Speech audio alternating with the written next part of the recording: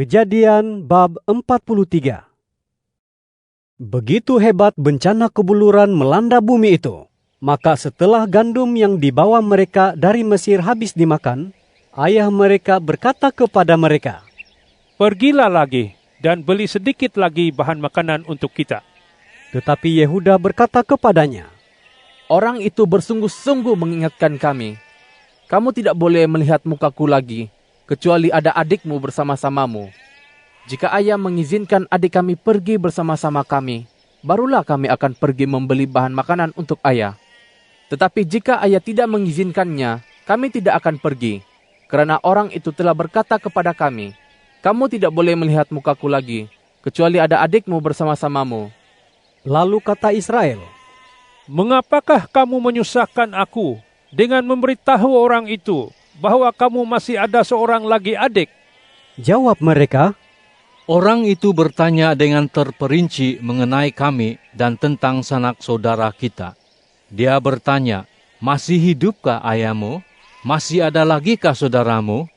Maka kami menjawab seperti yang kami katakan itu. Bagaimana kami tahu kemudiannya dia akan berkata, "Bawalah adikmu kemari." Lalu kata Yehuda pula kepada Israel, ayahnya, "Izinkanlah anak itu pergi bersama-samaku. Kami akan segera pergi supaya kita, yaitu kami, ayah, dan anak-anak kami, dapat terus hidup dan tidak mati. Akulah yang menjamin keselamatannya. Ayah boleh menuntutnya daripada tanganku. Jika aku tidak membawanya kembali kepada ayah dan menyerahkannya kepada ayah, maka seumur hiduplah aku akan menanggung dosa terhadap ayah. Jika kita tidak berlengah, tentunya sekarang ini pun kami sudah pulang untuk kali kedua." Lalu berkatalah Israel, ayah mereka, kepada mereka, "Jika memang perlu begitu, lakukanlah sebegini. Bawalah hasil terbaik negeri ini di dalam karung-karung kamu, dan bawalah kepada orang itu persembahan berupa sedikit balsam, sedikit madu, rempah-rempah, damar wangi, buah pistasio, dan buah badam. Selain itu, bawalah wang sebanyak 2 kali ganda, dan wang yang dahulu dikembalikan di mulut karungmu masing-masing, haruslah kamu bawa kembali. Mungkin terjadi kekeliruan pada masa itu. Bawalah adikmu juga, dan segeralah kembali kepada orang itu.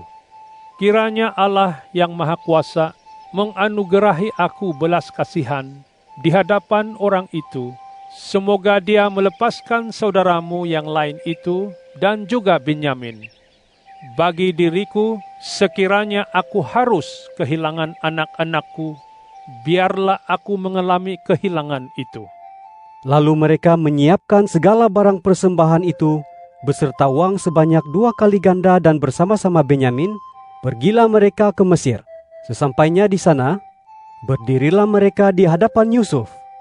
Ketika Yusuf melihat Benyamin ada bersama-sama mereka, berkatalah dia kepada pengawas rumah tangganya, "Bawalah para lelaki itu ke dalam rumah, sembelilah seekor hewan, dan sediakanlah makanan, karena mereka itu akan makan bersama-samaku pada tengah hari ini." Orang itu melaksanakan perintah Yusuf, lalu dia membawa mereka masuk ke rumah Yusuf. Para saudara menjadi ketakutan karena mereka dibawa masuk ke rumah Yusuf. Kata mereka, Kita dibawa masuk atas sebab wang yang dikembalikan ke dalam karung kita dahulu. Dia hendak menuduh kita, menangkap kita, menjadikan kita hamba-hambanya, serta mengambil keldai-keldai kita pula. oleh sebab itu, mereka mendekati pengawas rumah tangga Yusuf itu dan berbicara dengannya di depan pintu rumah. Kata mereka, "Ya, tuanku, dahulu memang kami pernah datang untuk membeli bahan makanan. Pada waktu kami sampai di tempat bermalam dan membuka karung kami, kelihatan sejumlah uang yang telah kami bayar sebelumnya ada di mulut karung. Tetapi sekarang kami membawanya kembali, dan kami juga membawa sejumlah uang lain untuk membeli bahan makanan. Kami tidak tahu siapa yang meletakkan uang itu ke dalam karung-karung kami." kata pengawas itu, "Tenanglah, jangan takut. Allahmu dan Allah ayahmu telah mengurniakan kepadamu harta karun di dalam karungmu. uangmu dahulu telah kuterima.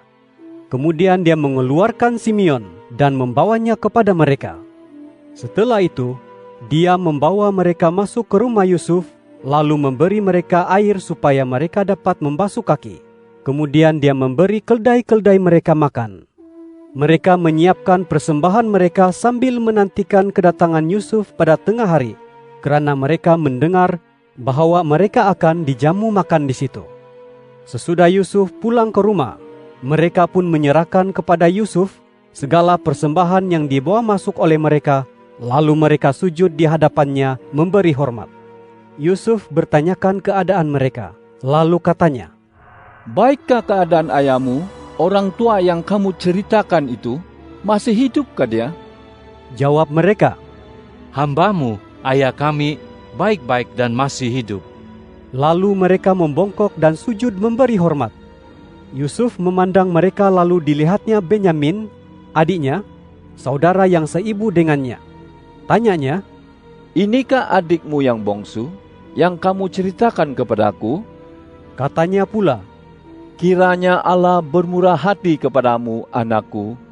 Yusuf pun segera beredar mencari tempat untuk menangis, kerana hatinya sangat terharu melihat adiknya. Dia memasuki biliknya dan menangis di situ.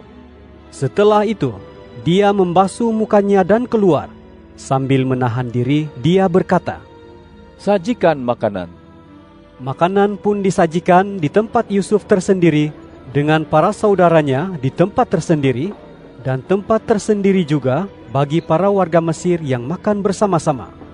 Orang Mesir memang tidak boleh makan sehidangan dengan orang Ibrani, kerana bagi warga Mesir, perkara itu suatu yang keji. Para saudara Yusuf didudukan di hadapannya menurut urutan kelahiran mereka, daripada yang sulung sampai yang bongsu. Mereka pun saling berpandang-pandangan dalam kehairanan. Kemudian sebahagian hidangan dari meja Yusuf disajikan di hadapan mereka masing-masing. Tetapi bahagian untuk Benyamin disajikan 5 kali lebih banyak daripada bahagian untuk semua yang lain. Mereka pun minum dan bersukaria dengan Yusuf. Kejadian bab 44. Setelah itu, Yusuf memberikan perintah kepada pengawas rumah tangganya. Katanya, Isikan bahan makanan ke dalam karung para lelaki itu, sebanyak yang dapat dibawa mereka, dan letakkan uang masing-masing di mulut karungnya. Selepas itu simpan pialaku, yaitu piala perak itu, berserta dengan uang gandumnya, di mulut karung lelaki yang termuda. pengawas itu pun melakukan arahan Yusuf itu. Sebaik sahaja pagi hari, para lelaki itu beserta keldai mereka dilepaskan. Belum beberapa jauh mereka keluar dari kota itu, Yusuf berkata kepada pengawas rumah tangganya, Cepatlah kejar kumpulan orang itu, dan ketika kamu sudah memintas mereka, katakan kepada mereka, Mengapakah kamu membalas kebaikan dengan kejahatan? Bukankah itu piala yang digunakan tuanku untuk minum dan untuk bernujum? Kamu telah melakukan perbuatan jahat. Maka setelah pengawas itu memintas mereka, dikatakannya lah kepada mereka sebagaimana kata-kata Yusuf itu tadi. Jawab mereka kepadanya, Mengapa tuanku mengucapkan kata-kata seperti itu? Jangan sekali-kali hamba-hambamu ini melakukan hal semacam itu. Malahan, uang yang kami temui di mulut karung kami dahulu pun telah kami bawa dari tanah Kanaan dan kembalikan kepada tuan. Masakan kami mencuri perak atau emas dari rumah majikan tuan? Jika ada sesiapa antara hambamu ini didapati menyimpan barang itu, biarlah dia dihukum mati, dan biarlah kami menjadi hamba tuanku. Jawab orang itu, Baik, kamu telah mengusul hukumanmu. Sesiapa yang didapati menyimpan barang itu akan menjadi hambaku, tetapi yang lain bebas daripada kesalahan. Maka mereka dengan segera menurunkan karung masing-masing ke tanah, lalu membukanya. Pengawas itu memeriksa, mulai yang tertua hingga yang termuda. Akhirnya, cawan itu ditemukan di dalam karung Benyamin. Mereka pun mengoyakkan pakaian mereka, kemudian masing-masing memuati keldainya, dan kembali semula ke kota. Maka Yehuda dan para saudaranya masuk ke rumah Yusuf dan mereka mendapati Yusuf masih ada di situ. Lalu sujudlah mereka di hadapannya. Kata Yusuf kepada mereka, "Perbuatan apakah yang kamu lakukan ini? Tidakkah kamu tahu bahwa orang seperti aku ini benar-benar dapat bernujum?" Jawab Yehuda, Apakah yang dapat kami katakan kepada tuanku? Bagaimanakah kami harus berbicara? Bagaimanakah kami dapat membebaskan diri daripada hal ini? Allah telah memperlihatkan kesalahan hamba-hambamu ini. Sekarang, biarlah kami menjadi hamba tuanku, baik kami maupun dia, yang di dalam karungnya telah ditemukan piala Tuan. Tetapi jawab Yusuf, "Janganlah aku sekali-kali berbuat demikian. Hanya orang yang didapati membawa piala itu sajalah yang akan menjadi hambaku. Manakala kamu yang lain, pulanglah dengan sejahtera kepada ayahmu." Kemudian Yehuda maju mendekati Yusuf dan berkata, Ya tuanku, mohon izinkan hambamu ini menyampaikan sepatah kata kepada tuanku. Janganlah amarah tuanku menyala ke atas hambamu ini, kerana tuanku sama dengan Firaun sendiri. Dahulu, tuanku bertanya kepada hamba-hamba tuanku ini, apakah kamu masih mempunyai ayah atau saudara lagi? Jawab kami kepada tuanku, kami mempunyai seorang ayah yang sudah tua. Ada juga seorang anaknya yang muda, yang lahir pada masa tuannya. Abangnya sudah meninggal, dan daripada anak-anak ibunya, hanya dialah yang tinggal. Oleh itu, ayahnya menyayanginya. Kemudian tuanku berkata kepada hamba-hambamu ini, bawalah dia kepadaku supaya aku dapat melihatnya.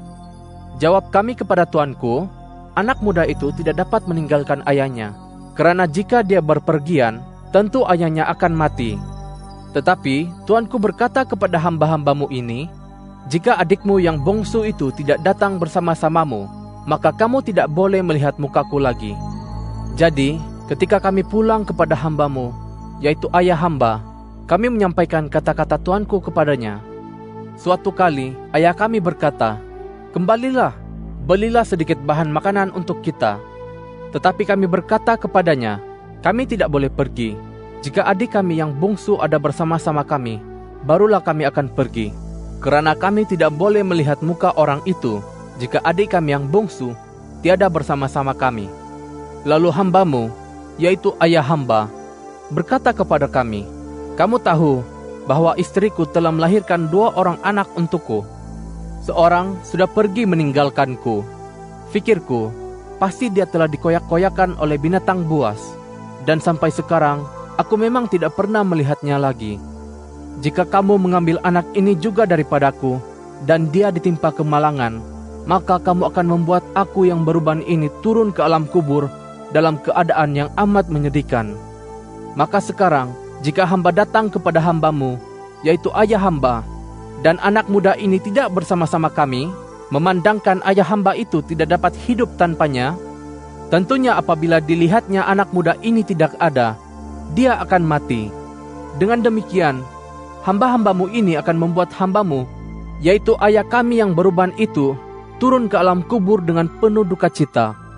Akan tetapi, hambamu ini telah menjamin keselamatan anak muda ini di hadapan ayah hamba dengan berkata, jika aku tidak membawanya kembali kepada ayah, biarlah aku menanggung dosa itu terhadap ayah seumur hidup.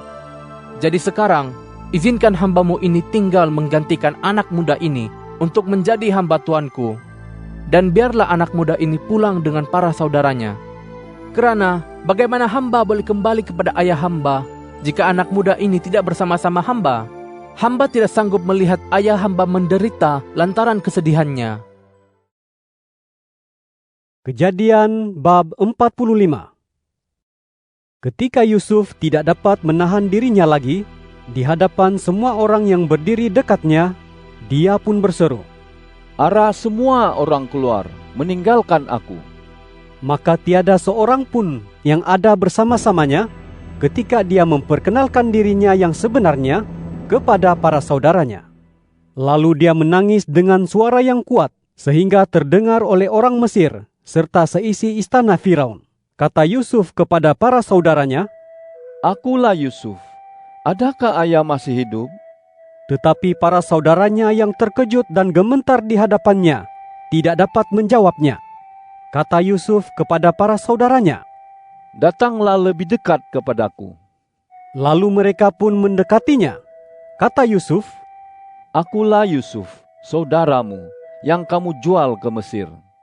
Tetapi sekarang, janganlah bersusah hati atau marah kepada dirimu sendiri, kerana kamu menjual aku kemari. Sebabnya Allah menghantar aku untuk mendahului kamu, supaya kehidupan dipelihara. Selama 2 tahun ini, bencana kebuluran melanda negeri ini, dan masih ada 5 tahun lagi tempo orang tidak akan membajak atau menuai. Maka Allah mengirimku mendahului kamu untuk menjamin kelanjutan keturunanmu di bumi dan untuk memelihara hidupmu melalui suatu penyelamatan yang besar. Oleh itu, bukanlah kamu yang menyuruh aku ke sini, melainkan Allah. Dia mengangkat aku sebagai bapa bagi Firaun, dan yang dipertuan atas seisi istananya, bahkan pemerintah ke atas seluruh tanah Mesir. Segeralah kembali kepada ayah dan katakan kepadanya, beginilah kata anakmu Yusuf, Allah telah mengangkat aku untuk menjadi tuan atas seluruh Mesir. Datanglah kepada aku, jangan berlengah lagi.